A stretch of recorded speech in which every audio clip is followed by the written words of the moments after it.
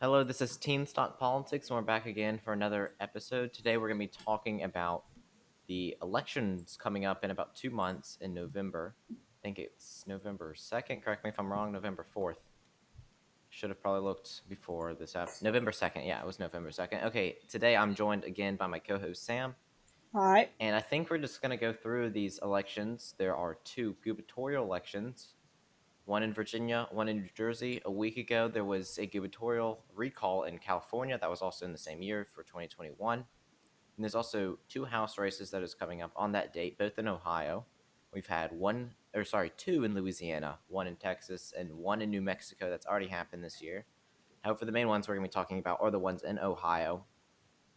We will be going back to talk about Texas a little bit because I do want to make a connection there. But, Sam, Yeah. all these elections that are going to be happening in just a few weeks. What do you think about where the Democrat and Republican parties stand in these races? Now, obviously, especially for these gubernatorial, they're not going to be that influential on national politics. But it does mean something, especially with how close the House and Senate are, especially the Senate. This could these could prove the fate of whether of especially obviously it's not likely or possible that um or feasible that Biden's that sorry that Biden's House majority will be destroyed. I'm not sure I know the numbers on that, but I don't even think he can lose it with the amount of people that are running. Correct me if I'm wrong. The amount of people that are running in 2021, there is no way of him losing it. Even Yeah, if he loses the safe but it. Democrat seat in Ohio, which Mhm. is Marsha Fudge's old seat. I don't know the district number. I'm looking for it, but I don't see it. Yeah, Even if we lose that, which it's not going to happen, never in the million years is that going to happen. That's like but us losing like Wyoming's district. Even if that happens, we only go down to 219 seats, which is well, very, yeah. very close because you need 218 for a majority. We have 220. There's three Regard vacancies right now in the regardless, House, and that's why it it's could the Republicans only have for 212. regardless, even how unlikely it may be, it could either further expand or further demolish Biden's standings, and especially like as Andrew was explaining to me earlier, because I'm such a weirdo. Um, these red and waves happen because of the moderates, and especially these states where Ohio. I guess I really couldn't say that, but like Ohio, a few of these more moderate leaning states, I don't think Ohio really counts, but Not anymore. not anymore. Yeah, but uh, it's still interesting to see how these small elections that should really have no major impact on national politics are going to play out. I think, just in general, technically, these really small races, which, yes, the governorship in a state is pretty big, but that's only statewide. For Hmm. example, what happens in Virginia? If Republicans win that gubernatorial race in Virginia, that's going to speak volumes to the Democrat Party, saying, we are not ready for the midterms. We will lose. There will be a red wave year. Hmm. Virginia has not gone to Republican in some time. I might Do we be know what the making this polls are up, but it was saying? like 2013 since the Republican had that race. The polls do show that the Democrat, I don't remember his name. He's the former governor. He ran for two consecutive terms. He had to resign, or sorry, not resign. He could not seek re-election because he had already served two consecutive terms, and now the current governor cannot run for re-election. The former governor is now running for re-election for a third term, a non-consecutive term, Which and is he's still very allowed in popular. Virginia's. Right. Mm, He's yeah, very popular in that state, and I don't see him losing. But if he does, the Democrat Party should be scared. They should yeah, really be because scared of he what's going is to happen in the House. popular, Right. The House, unlike me. it's going to be hell for the Democrat Party if Virginia goes red in the governor race, because we're going to lose so many House races in 2022. Republicans will pick up so many races, just like they did in 2010, if that is the case, where they pick up 50 some. That's a crazy amount of seats to pick up from an incumbent Democrat. Yep. which we haven't seen in over a decade. Mm-hmm. And I think I wouldn't expect a Republican to pick up that race, but if it does, that's going to be very scary for the Democrat Party. This would Yeah, also speak volumes for the Senate as well. There's so many yeah, competitive races in the Senate in 2022. Just the Senate makeup does lean towards the Democrat Party, but Republicans can still take it, hmm right? Just pick up yeah. Georgia, Arizona, and you're done. I really resonate with what you're saying about speaking volumes because it right now we don't really, especially for the midterms, we haven't gotten accurate, reliable data from a lot of these more moderate states. Not saying New Jersey's all too moderate, but you know what I mean. But we can see, especially with a popular Democrat, if he loses, you're saying, which I completely agree with, that it does speak volumes. Right, and I want to mention something else with these elections, and just talking about Trump's hold on the GOP right now, relating to the races that are coming up in just a few weeks. Trump has endorsed the GOP candidate in Virginia. His name is Glenn Youngkin, I believe, and has endorsed him. I personally would say that's not a very smart idea, considering that Trump lost Virginia by 10.1%, which is pretty big for Virginia. Mm-hmm. And for him to try to carry this Make America Great Again message in a state like Virginia that didn't vote for him either times in 2016 or 2020, and by pretty large margins, considering that Tim Kaine in 2016 was from Virginia and Trump didn't lose Virginia by that much in 2016. Even so, Trump's influence on Virginia politics isn't very big. I actually Yeah. think Trump endorsing the GOP candidate in Virginia is hurting his chances of winning that governor race. Especially with a more moderate area like that. Right. Like Mo Who? Brooks in Alabama. Trump has endorsed him for the Senate race that Richard Shelby is going to not seek re-election in. This is Alabama. Trump has a lot of influence in that state. Virginia, on the other hand, not so much. Trump has little to no influence in the state of Virginia. It's the same thing. He hasn't endorsed a candidate in New Jersey, but if he did, I don't think he will. He only endorses candidates if they think they have a chance of winning. But if he endorses a candidate in New Jersey, it's going to be even worse in Virginia because he holds even less influence. And I Mm. think Trump needs to be careful about where he puts his, quote, power, really. Because in Yeah. certain states, it's not going to work. A regular Republican in like a state like Massachusetts, like Charlie Baker, the governor, Trump has no influence in the state of Massachusetts, being the most liberal state in the country. However, they have a Republican governor. And that's because it's a Mm. moderate Republican that doesn't take on this Trump-like message. If a Republican wants to win in a state like Virginia, you cannot take on a Trump-like message. And that's why I think Glenn Youngkin is going to lose. Possibly because it is a red wave year of some sort, because we have a Democrat-controlled White House and Congress. I do see Republicans making a stronger level of support than they did in 2020. However, I do not see them Especially winning that being the race. underdogs. Right. Virginia is not going red at this point. According to the polls, according to what we know from past election years in the past, 5 years, it's not going to go red. However, Trump, if he wants to win GOP or Democrat held seats and give them to the GOP, certain states he's not going to be really careful about who he chooses to endorse and whether or not he should be involved whatsoever. And to be honest, I don't know if this is intentional by Trump. Like, I mean, if you really think about it deeply, do you think Trump is still trying to show his control over the party? Like, is this still a possibility? But no matter how unlikely it may be, I'm not too educated on this, but it seems certainly like a possibility in my mind. Well, Trump does want to have control over the GOP, but I think big Mm-hmm. leaders in the GOP have just let him. And I think at this point, GOP congressmen and women, GOP senators, they know that Trump right now is control of the party. Trump might think he needs to do something to show this this alpha dog kind of presence in the GOP, but I don't really think he does. And that will show something if if he loses by a close margin by Trump endorsing I doubt it. the Republican nominee. I doubt it's going I to be mean, that obviously, close. even if he's probably not going to win by such a close margin, especially with Trump's endorsement. But Like, we're planning to do a live stream for this November election. I expect that we can call that race within the hour. I don't think it's going to be that close. it should not. But if it does get close, like I said, it's going to be big for the Democrat Party. And that's when the Democrat Party should be really scared. Already, because of the polls we've seen, Yep. Biden's approval rating numbers gone down after Afghanistan. 2022 might be a red wave year. Mhm. We don't know yet, but it does seem like that could happen. If something like Virginia goes red, then you have major problems in the Democrat Party.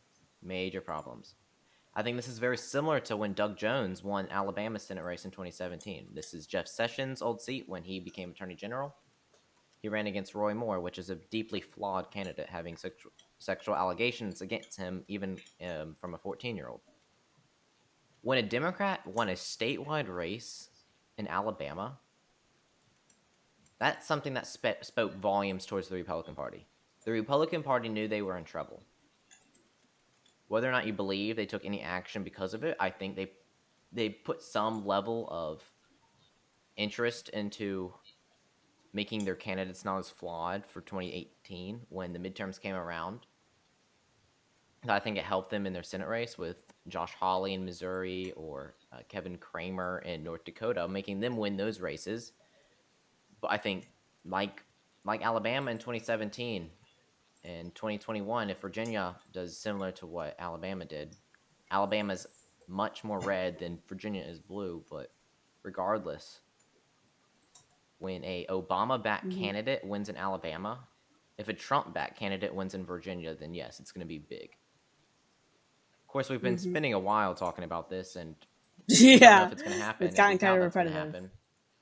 But just talking about Trump's control over the GOP, I want to go back to, let me see if I can find a date. It was in Texas's House election, because don't really remember the reason why it was up. However, they did hold a House election in Texas, and there was a jungle primary between several Republicans and Democrats. Democrats were not able to make it into the general, which was a very terrible, to be honest, terrible showing A for big the embarrassment. Democrat Party.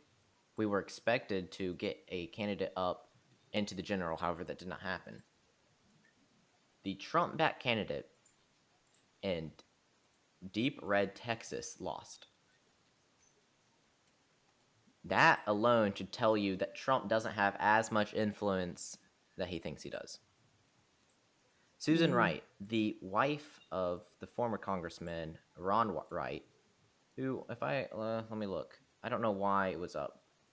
It says Ron White's widow, so he must have died. Oh, he died from COVID-19 in February 7th. Okay, so his wife ran to take up her husband's seat, and she was backed by Donald Trump, and she lost by considerable margin, considering that they were Susan Wright was expected to win. Let me see if I can find some poll numbers. At the very end, Susan Wright's numbers begin to dip. However, she was still expected to win, and I think it tells Trump you don't have as much power as you think. And if Trump wants to help his party, he should pretty much lay off and go retire at Mar-a-Lago. Well, And like, there's nothing he can do to actually help anymore except like help these Trumpist voters in the Senate. And but besides that, he can't really do much. And sometimes, as we were saying, he's hurting people. So if he actually wants to help his party and not be power hungry, he should just lay off for the most and I part. think that's true. I do think in a lot of states, and I think I would put Texas in that category, even as the Trump-backed candidate did lose, and this is Texas's 6th congressional district, I believe, right out of Dallas, where it was a gerrymandered district, where a little small part of Dallas that normally goes to the Democrats, a little chunk of that was taken out with rural Texas basically overriding the Democrat votes in Dallas, which is just another way that Republican Texans, are basically trying to keep Texas in the Republican fold. But like I said, Trump's effect does go far, but only in safe Republican states.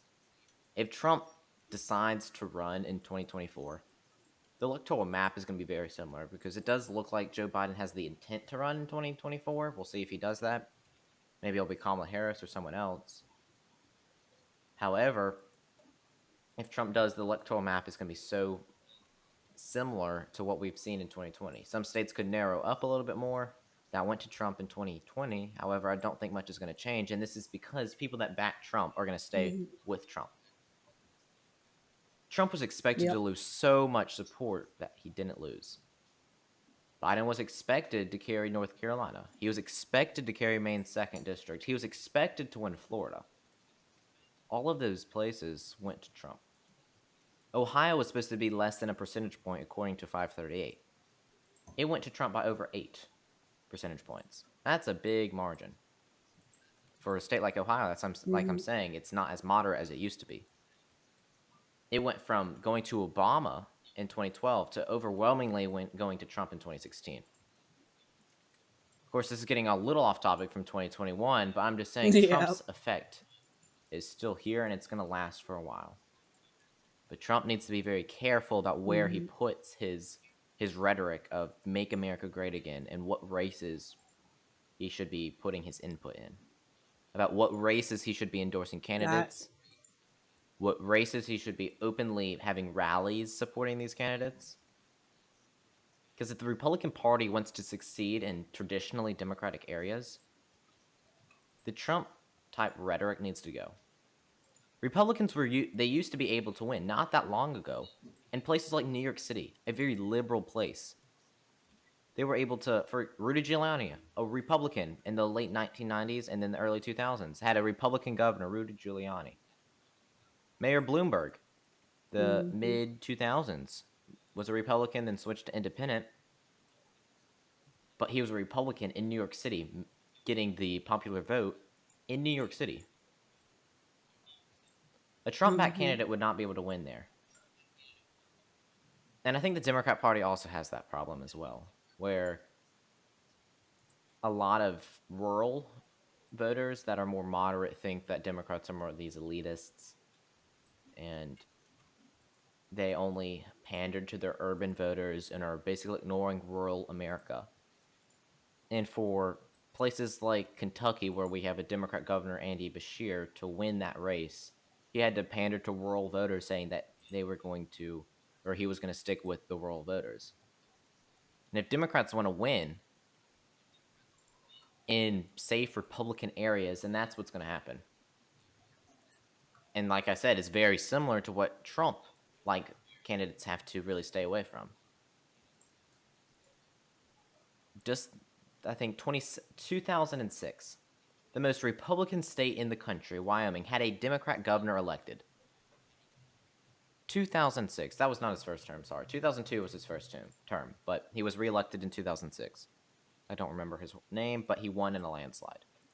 Only in 2006. That was not that long ago. What, 17 years, something like that?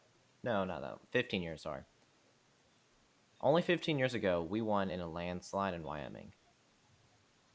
Democrats need to look at this and say, what happened? Only years ago, Republicans were able Mhm. to win in New York City. Republicans need to look at it and say, what's going wrong? They need to say, okay, Charlie Baker is able to win in Massachusetts in a landslide with the most liberal state in the country. What is he doing it? And we need to replicate that nationwide.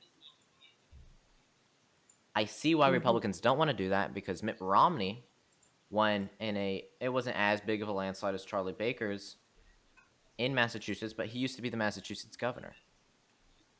His first race was very close. However, when he ran for re-election, it wasn't as close. However, his moderate viewpoint of things, so it's not that moderate, but compared to the other Republicans in the Senate where he's serving now, he's quite moderate compared to a lot of them, and anti-Trump, basically. And I think he was a pretty good candidate. However, he lost because he was going against Obama, which I think was a superior candidate at the time. And I get why Republicans don't want to try to do what Romney was doing in getting the moderate base of the Republican and Democrat Party to vote for him. Because they see it didn't work in 2012, why should we do it now? It worked in 2016 with extremist ideas with Trump. The thing is, they didn't win by the popular vote. They won by the Electoral College, which many people were trying to remove at this time. And I think to go back to what Mitt Romney was trying to do with the Republican Party, I think it's probably smarter for the country moving forward and the Republican Party moving forward. And I think we've done this a lot in this video, but we're getting a little off topic. However, I think that's just something people need to understand when they're looking at the two parties right now. 10 years ago, Republicans were able to win in safe Republican places. Sorry, safe Democrat places. That's happening now. Vermont is an example. Phil Scott's the governor, Republican, one of the most Democrat states in the country. Massachusetts, we talked about that earlier. Charlie Baker, Republican in Massachusetts. Larry Hogan in Maryland, another Republican in a Democrat state. However, these are all anti-Trump Republicans. Only hours out after the January 6th riots, that all three of these governors came out against President Trump. A pro-Trump Republican would have not have done that. Glenn Youngkin in the state of Virginia would not have done that, and I don't think he did. I don't know what he did prior to his run in Virginia in 2021, but he was not in a high enough position for me to know what he did on that day. But like I said, the parties need to look at how are we going to win future races, not in our just main Democrat safe areas where Democrats are going to win, and safe Republican areas where Republicans are going to win. Yeah, if you want to expand the party and make broader reaches and possibly get closer to a supermajority, you're gonna have to do that.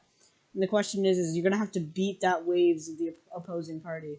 And so it's who can ever figure that out first could push some major legislation if they figure out the and message. And I think the Republican Party has a bigger problem because the further away they drive from their original conservative core values towards the Trump wing of the party,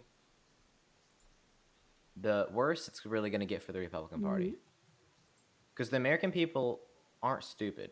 Some of them, yes, like places like Mississippi where their IQ is very low, on average.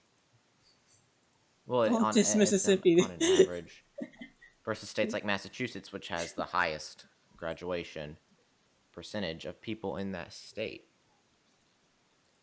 The American people aren't stupid, and they know that this Trump rhetoric is how you get into conspiracy theories. This is how you get to have a war with other countries. They know this. And if the Republican Party continues to move forward with candidates like Glenn Youngkin in a place like Virginia, where he's never going to win with the Trump-backed, or with Trump backing him, I'm sorry, but the Republican Party is not going to win in future elections. There's this wing in the Republican Party that's trying to push the Republicans back to where they were. We're talking moderates in the Senate. We're talking moderates in the House. To give some names, Mitt Romney, we're talking about. Susan Collins. We're talking about Adam Kinzinger, Liz Cheney. These big Republican names are trying to push the Republican Party back to where it was before and its roots. Right now, it looks like they're failing.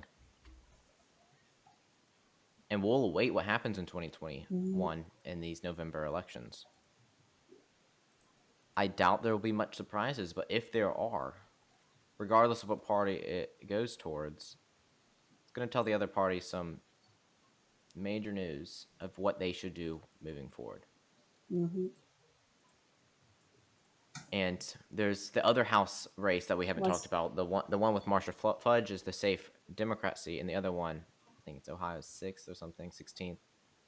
And look, is a safe Republican seat.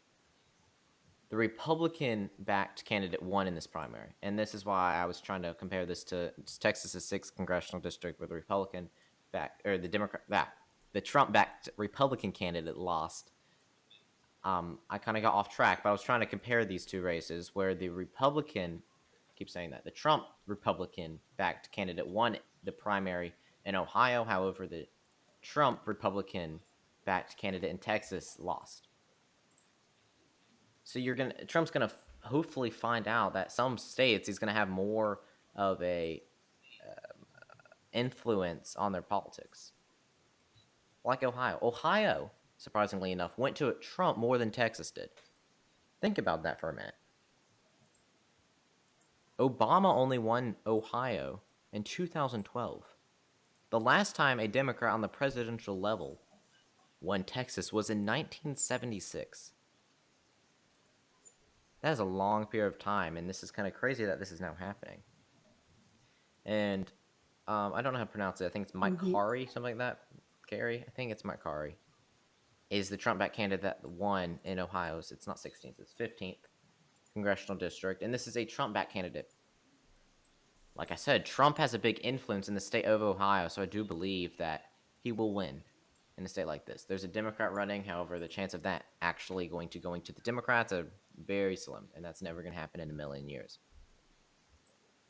The polls are rating it safe Democrat, and that's kind of obvious why they chose to do that.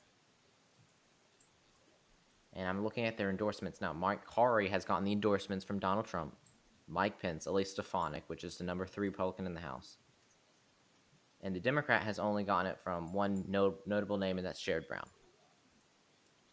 It's never going to the Democrat Party. If it does, Republicans are going to have a run for their money. So I think we're about to wrap up this episode. Let me look at the time and see how much we've been going. We've been going for a reasonable amount of time. So Sam, what are your lasting thoughts on this? Yeah, things are changing, and it's just the first who's going to realize this, and the first who's going to react to this, and it's whether this is a very interesting precursor to what the midterms will be, and we'll just have to wait and see what happens and who gets Yeah, and sorry we what. got off track a little bit. We went on from talking about the 2021 elections to past years, but I think it's all a healthy conversation to have if you're a leader in these prospective Mm-hmm. parties. The Democrats need to understand that they're going to win in certain races, and they But need to improve on their how they campaign to the people if they want to win in certain other races that might be going and leaning to the other party. But anyways, make sure to tune in this Friday for the weekly news episode. And anyways, thank you for listening. We will see y'all on Friday.